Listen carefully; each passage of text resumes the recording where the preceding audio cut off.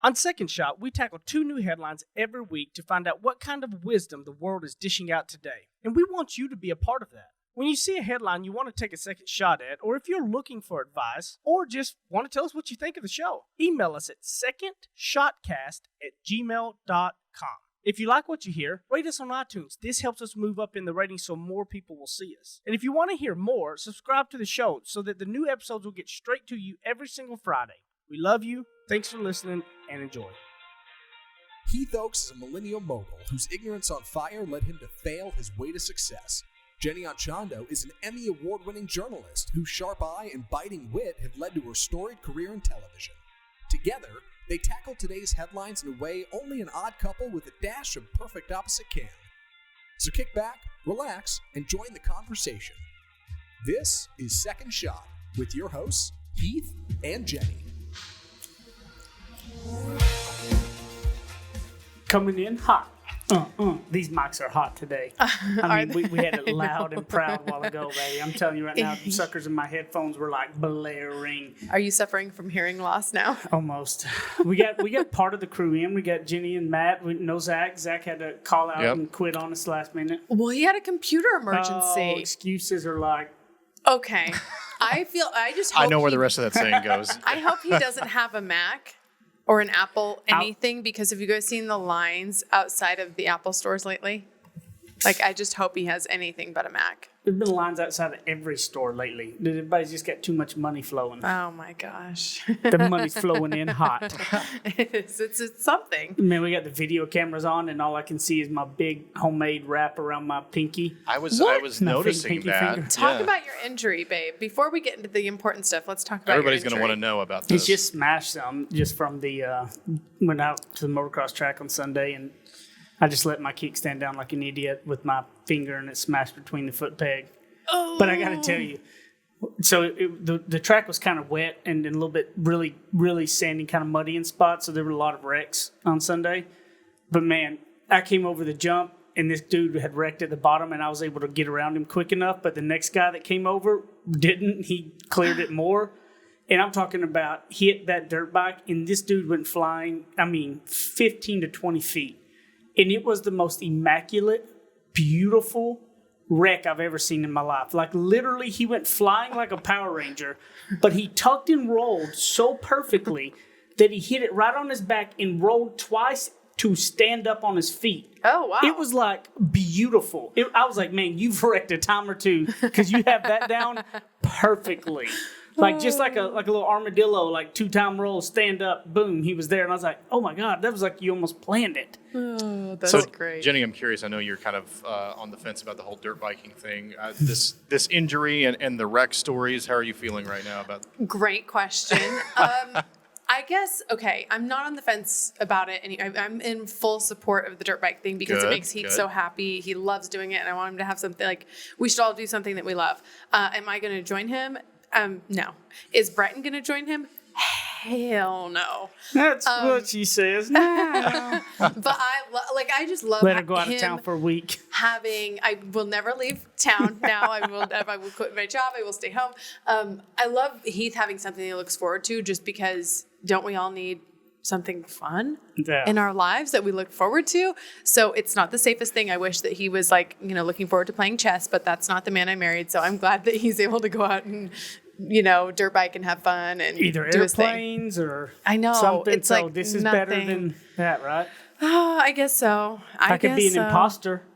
What do you mean? Leading into our next story, our first headline. You could be an imposter. It would play be chess. more likely that I would do this than you. Correct. Don't you think? Yeah, this for is sure. this is a total Jenny move. It's the Texas story that has been heard across the country. It is on every single possible publication. I'm going to share with you the one from USA Today. The headline is, "I did this to prove a point. Mom arrested for posing as 13-year-old daughter at school." Wow. So, a 30-year-old mother who was arrested after posing as her daughter at a Texas middle school said she did it to push for better security. So we're talking about Casey Garcia, who now has a jail record. She was arrested on 1 count each of criminal trespass and tampering with government records. She was also arrested on an unrelated traffic warrant, but that is not a big part of the story. Here's the deal. This woman, Casey Garcia, went into school. They asked for her ID number. She gave them her daughter's ID number, which she had memorized. And then because they still have masks on at the middle school in El Paso, she was wearing a hoodie and a mask, went in. She went to every single class that day and ate lunch at the cafeteria without a mask on.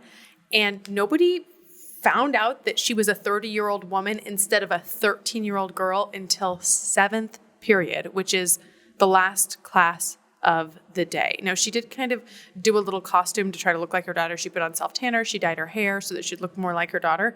But still, a 30-year-old versus a 13-year-old, nobody noticed. And she said the issue here was our schools aren't secure. Look, anybody could just kind of come into school and pose as a student.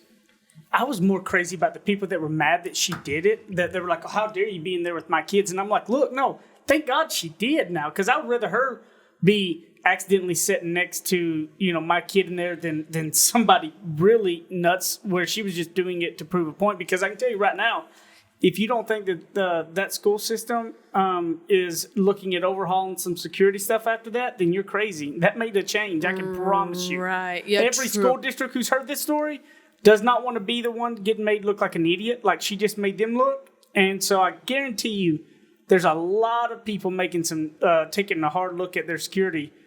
I find it amazing that how she literally, it's not like it was like a senior where there can be some full-grown looking women, because if you've seen the picture of the woman, she's a full-grown woman. In junior high, you would notice that doesn't really fit the bill as much. If I were one of those parents, I'd be having a tough talk with my kid and be like, how did you not notice? Yeah. How did you not notice that your classmate is not your classmate?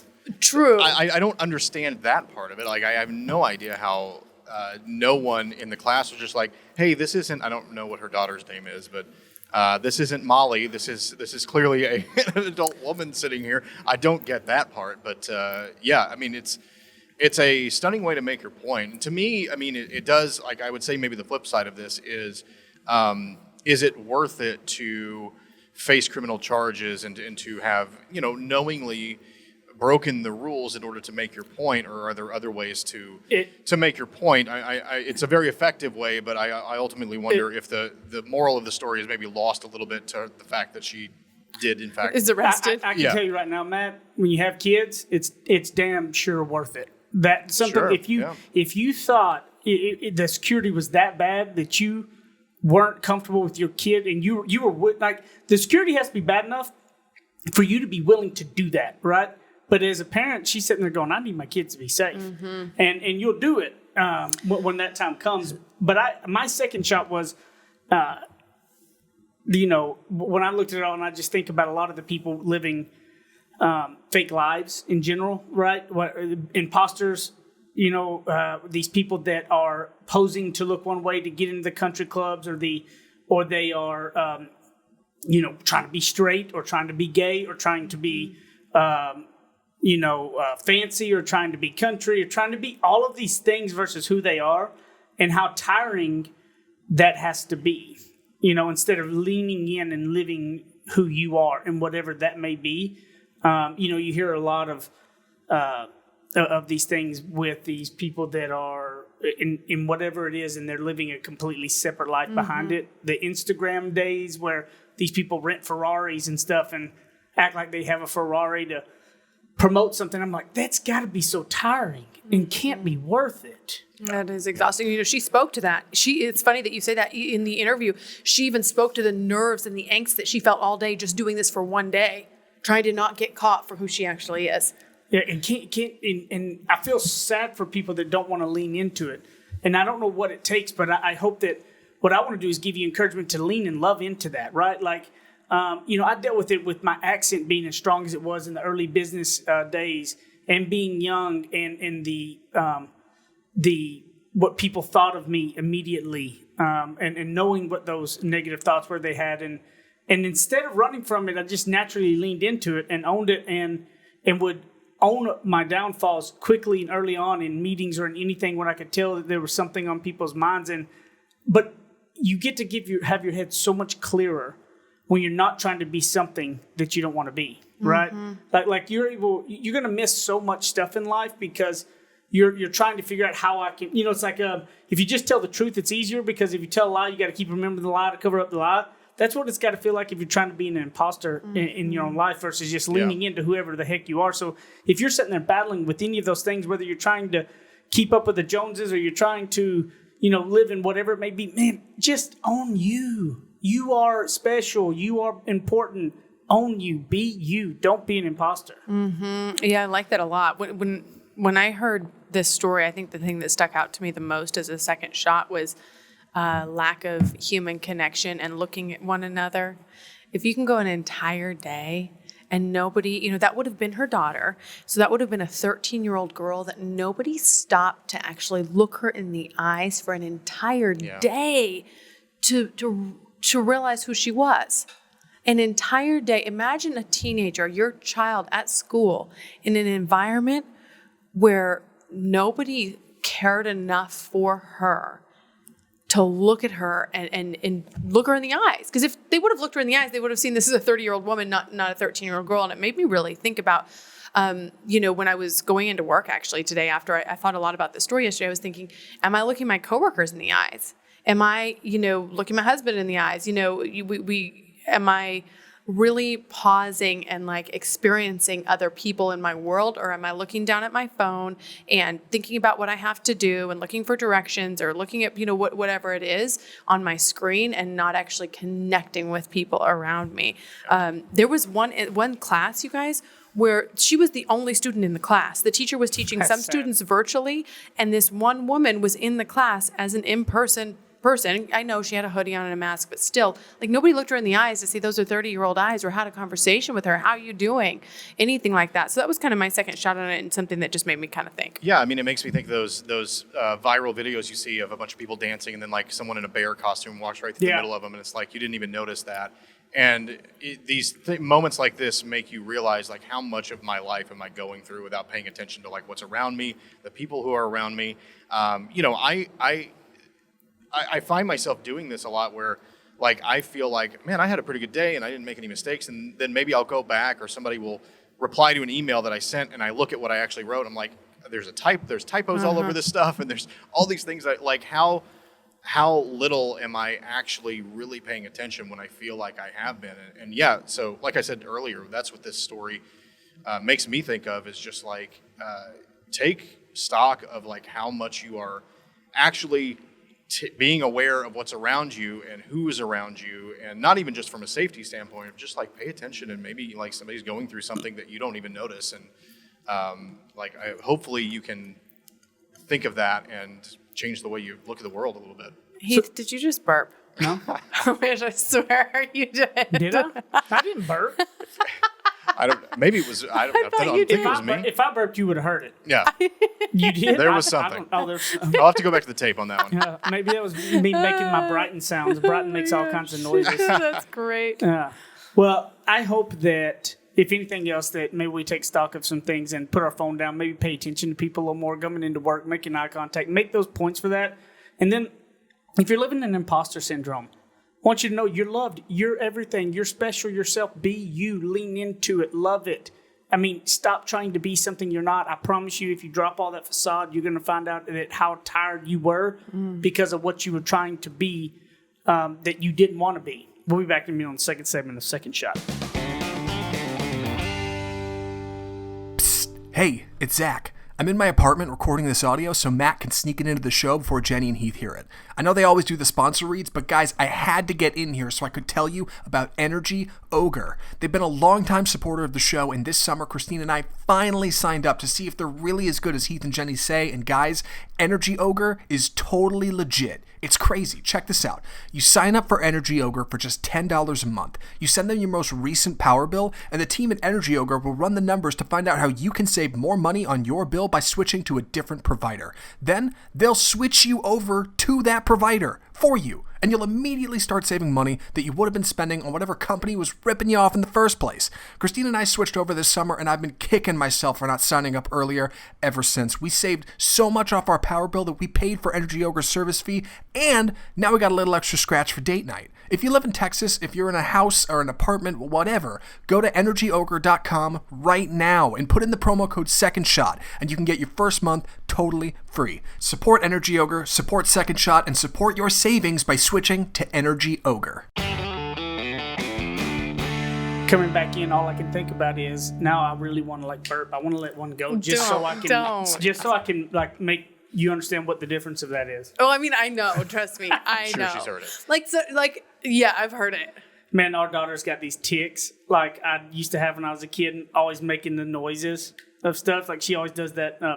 And she clears her throat a lot. I know. I don't know what's I used going to have on all with those that. little tics when I was little. Like I always had like little noise tics of things. Did you ever have any tics? I did a nervous thing, like before track meets or soccer or any kind of competition, I would use one nail against the other fingernail and my fingers would bleed. I always had bloody fingers. And it was like a nervous tic. I wouldn't even realize I was doing it.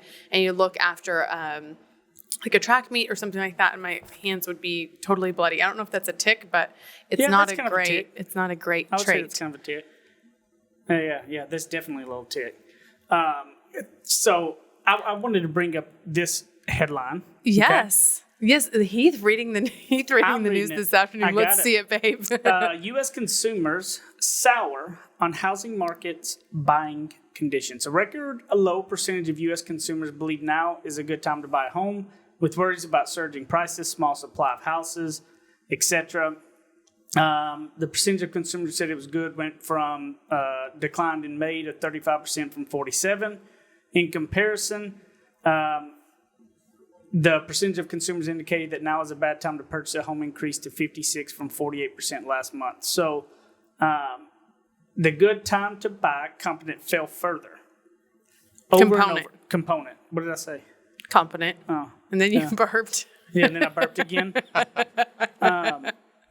It's funny because the whole housing market thing with the also inflation and everything going on in the market is one of those that's been a hot topic, right? So I read this and immediately, I thought of kind of the jumping in on the bandwagon, right? How many times people will jump on a bandwagon or jump off of a bandwagon, or there's those times of like, when do you get in on something or when do you not get in on something? And sometimes a lot of people do, so everybody wants to get in on it, and that's how like people fall to Ponzi schemes or all those things. Because the housing market's one of those where everybody's getting in on it, so everybody's going to buy, and it's like prices are skyrocketing, and it's like, where do you find that line of, am I going to miss out on these opportunities, right? Like, or am I going to like get in to when it's not going to work out for me, right?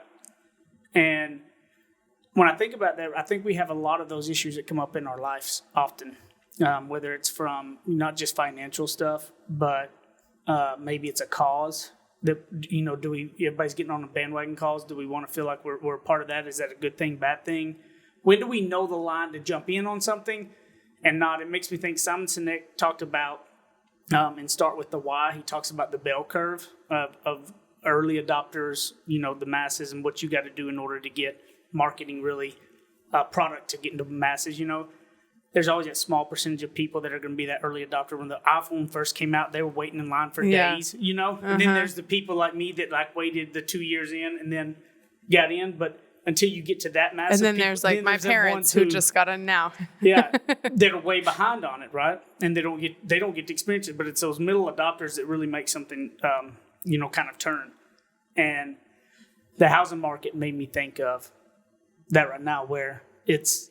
It's like even if somebody come by and offered us a ton of money for a home, I wouldn't want to sell it because I don't know where the heck we'd go. Right. Yeah. Right. This we is not didn't the time get in to buy. early. This is not the time to buy. No, and what you just said was making me think of my second shot on this is like, I know a lot of people who are, and ourselves included, like we look at the value of our house versus from when we got in it to what it is now. And our neighborhood is one of those neighborhoods where all the houses are from like the 50s, so anytime it sells, they're just tearing them down and building these new houses. So everything is selling for these crazy values, and they have been for a while. But then we were stuck with the question of, well, then where do we go? And do we even want to move? And so I think of this as like, don't be afraid to sacrifice the great if it's not good for you right now. You know, like it would be great to sell our house for 4 times whatever it is we bought it for, which is probably what it would sell for. But then it's like, well, now we got to go buy another house that is probably way overvalued what it is now, or we have to move, or we have to go somewhere else, and we have to leave behind all this stuff. It's not worth the huge benefit that it would be for to try to take advantage of that versus waiting until things have stabilized a little bit. So yeah, I know a lot of people who have been out looking for homes, and they're like, look, people are offering tens of thousands of dollars more than what the asking price is, and they're being turned down because people are waiting for even bigger and bigger stuff. So yeah, it's not worth, I think, to me trying to sell it in order for that brief financial gain. Have you ever had those issues, Jenny, where you like maybe something's come across and you're like, everybody's talking about this next best thing? I mean, crypto is one of those right now that a lot of people in, or anything like that, to where it's like, when do you know when to jump in and when to not?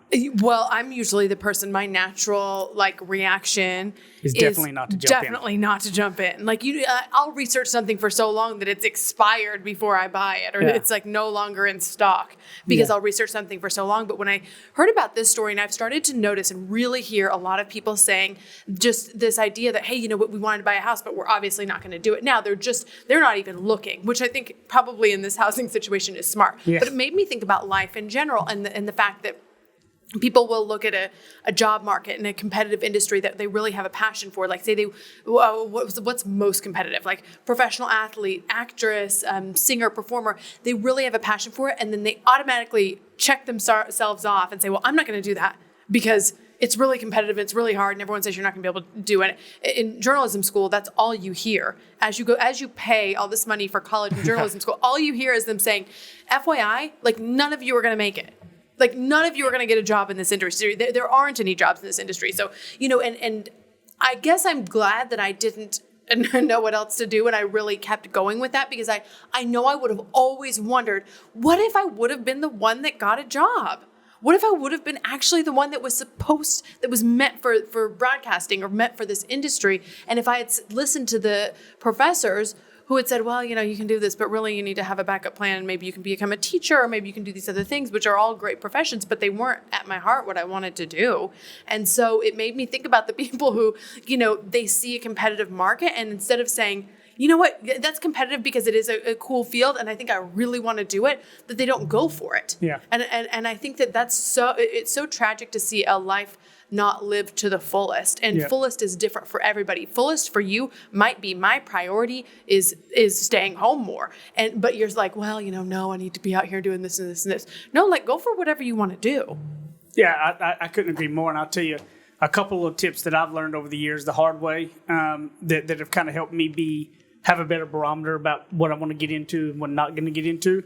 Number one, I would look at any situation you're being presented with and so say it's something that's not in your wheelhouse, whether it's an investment or I'm going to just go off the investment approach, but you can take it anything else. So say it's not in your wheelhouse. Whatever you do, whatever the amount of money or time that's going to be in it, if it's not in your wheelhouse and that's not your specialty, make sure it's whatever it is you're okay with losing, whether that's your time or that money. And if you're not, then back the money down or the time down to where you're okay with losing in it if it's not your specialty, right? Because if it's your specialty and it's what you know, then it's a much more educated, it's more like an educated move versus a gamble, okay? And so you should only ever gamble what you're willing to lose. And so stop that number there. So if somebody, like if you're going to buy a house and they go, you got to ask 30 grand over, which is going to put you to going, taking money out of your 401k, putting you in a financial bind, going to make it tough, back away from it. It's not worth it, right? Like you should only gamble what you're willing to lose if you don't fully understand and know the situation. The other thing that I would always take into is sticking with the things that you do know, sticking in your wheelhouse as much as possible with, and if you know and have friends that have been around it. You're asking them, you're digging into it with them, having somebody to do a little bit more research with it all. But more than anything, sticking in your own wheelhouse has been huge for me because I've made that mistake. Yeah, you have. You're so funny. But the good thing about you, Heath, is that you do take note. You're not making the same mistake over and over and over. You're making some new mistakes. Absolutely. But you're not making the same mistake over and over, which makes you tolerable and even likable and lovable. Oh, thank you, Maury. You're welcome, Maury. We'll be back in a minute on the third segment of Second Shot. Okay, quick break to tell you guys about this closet situation. I told you we've been working with Closets by Design to figure out the laundry room area. This was an area that I tried to kind of piece together I tried to find a handyman, handy woman, handy lady, somebody to construct something for us, was not able to find it. I ordered some stuff online. It was a total disaster. We ended up working with Closets by Design, and I cannot tell you how good this laundry room turned out. I'm getting ready to put a video up on my Instagram page, but if you're looking for somebody to help you with a closet for just really any part of your house, your laundry room, your regular closet, someplace in the kitchen or the entryway, hit up Gia at Closets by Design. She maximized this space like you would not believe. I never thought I would be excited about a laundry room, but you can hear the excitement in my voice. It was just such a good experience. They came and did it in one afternoon. It looks like it was built into the house. That was the other thing that kept happening when I tried to order these random things online, is it looked very disjointed. So it looks like it was built with the original design. And now we have spaces for everything. Gia, I am obsessed. Obsessed. So the website is dallas.closetsbydesign.com. You will not regret it. I'm going to really start off shaming people because I'm trying to figure out, I got a lot of people posting in the Second Shot Facebook group. Oh, I left a review about the topic and all this and that, and I can't find them. So if you said you left it and you left a review somewhere, I need you to go in there and tell me in the Second Shot Facebook group exactly where you left this phantom review, because I can't seem to find it anywhere. Well, you know what's funny? I got the same thing. I just left a review on that topic from last week, or not last week. This was a couple episodes ago, but we were having the debate on the topic over unlimited vacation days. He thinks you should just have unlimited vacation days, which I think is a poor example of setting expectations and then being able to meet or exceed the expectations. Unlimited makes it vague, and just nobody knows what the boss actually expects. So then you don't take any days, and then you're burnt out, and then you resent your boss. The exact opposite of what the intended consequence of having unlimited days is. In the Second Shot Facebook group, my cousin Bailey said it perfectly. Unlimited. I'm an adult and I can manage my productivity. Correct, Bailey. We are adults. I don't need somebody micromanaging me. It's not about that. It's about some adults will be like, okay, I think I'm doing well and I have an A, but I want to have an A+, so now I'm just not going to take any time off. Yeah, I feel like I think I said this on the last episode, but I do feel like I fall into that camp. It's like, if I don't know for a fact that everybody's getting the same vacation days, then I'm going to, I think, just naturally take fewer. But if I know that I have to take them, or not have to take them, but I know that I've got the same opportunity as everybody else, then I'm more likely to take them. And even then, I leave days on the table. I shouldn't, but I do. So more people aligned with me, by the way, in the Second Shot Facebook group. I think the only person that stood up for me was my dad. Yeah, exactly. My dad said, limited. I'm childlike and will use every opportunity for time off. And he probably just did that because you're his daughter. I know, right? Unlike Bailey, he's not an adult and cannot manage his productivity. Carolyn says unlimited in case an emergency came up. And then Jeffrey, hey Jeffrey, shout out to you. He says, I'm blessed to work for a company that provides me with 4 weeks of vacation each year, increased from 3 at 10 years of service. That is awesome. He says, it's all I can do to use 4 weeks each year. I'm afraid that if I had unlimited vacation days, I would actually use less days because I would feel like the optics of taking 4 weeks looks bad. Perception versus reality. Yeah. As a leader at my company, I'm thankful for the limits that are set. There is no doubt that some employees would abuse the privilege. It would make staffing, execution, and planning much more difficult as well. I couldn't agree more, Jeffrey. So he's worked for his company. He has paid his dues, he's served them well, and they've generously offered him 4 weeks. But what he's saying is then if a new employee has, a week or two, and they're like, oh, wow, my boss is always taking off, he doesn't even work, it's the optics of it. Instead of no, Jeffrey has served his time and now he's earned this. So who's to say? Yeah, it becomes more of a benefit rather than having to make that social contract with everybody. Everybody knows if you're here for so long, you're going to get this benefit too. So I don't know. Yeah, I think that's the camp that I fall into a little bit more. So here's what I'm going to say is that that debate, it was pretty popular. People got on talking about it in the Second Shot Facebook group often. So send us, if you're listening and you got a topic or a question that you would like to see where Jenny and I stand on, and see if we want to have another debate. I would love to go to the debate Second you. Shot Facebook group and post it in there. And the next time we get together, we'll pick one, and I will smack Jenny around in a debate for everybody. I will win this debate. My dad will come to my defense. Bailey, whatever. We are so over it, Bailey. I cannot believe you sided with Heath. Yeah, Bailey's just smart. What can I say? You know? Bailey is an adult, and she can manage her time. But don't you want to get more, I guess, here's the thing. I just want more time off. Unlimited days. But I would never take them because I would feel guilty about it. And I would think, okay, now everyone else is working hard and I'm not there. It's a whole That thing. ain't my problem. Well, I guess I will never work for you then. Thank God. All right, send us a debate question. Let us get hot and ready over it all. And everybody, go leave us a rating review. Share this on social media and tag us on it, please. Matt, where can they find you? Yeah, you can find me in the Second Shot Facebook group, of course. I'll chime in on some of those debates, although you heard what I had to say. But if you have something new, leave it there, and I'll check in on that. You can also find me, Matt Stoker1 on Instagram. That's the numeral 1. Lots of little dog pictures there. And again, if you are into true crime, go find True Crime Reporter on any podcast platform. The Webby Award-winning True Crime Reporter, best new true crime podcast. Check that out. I love it. I hope you love it too. Very, very interesting story. So I hope to find you there. Let me know. Post in the Second Shot group and tell me what you think about that. I'd love to hear it. All right, everybody. JennyAndChando.com. Find me in the Second Shot Facebook group or on the Instagram page, Instagram.com/Second Shot Podcast. Let us know if there's something you want us to debate, and we will start doing that in the third segment. So watch out, Heath Oaks. We're coming for you. I ain't scared at all. Heath Oaks or at Ignorance on Fire. At Ignorance on Fire on Instagram is probably the best and easiest way to follow me and get to me. We'll see you next time. Love y'all. Bye.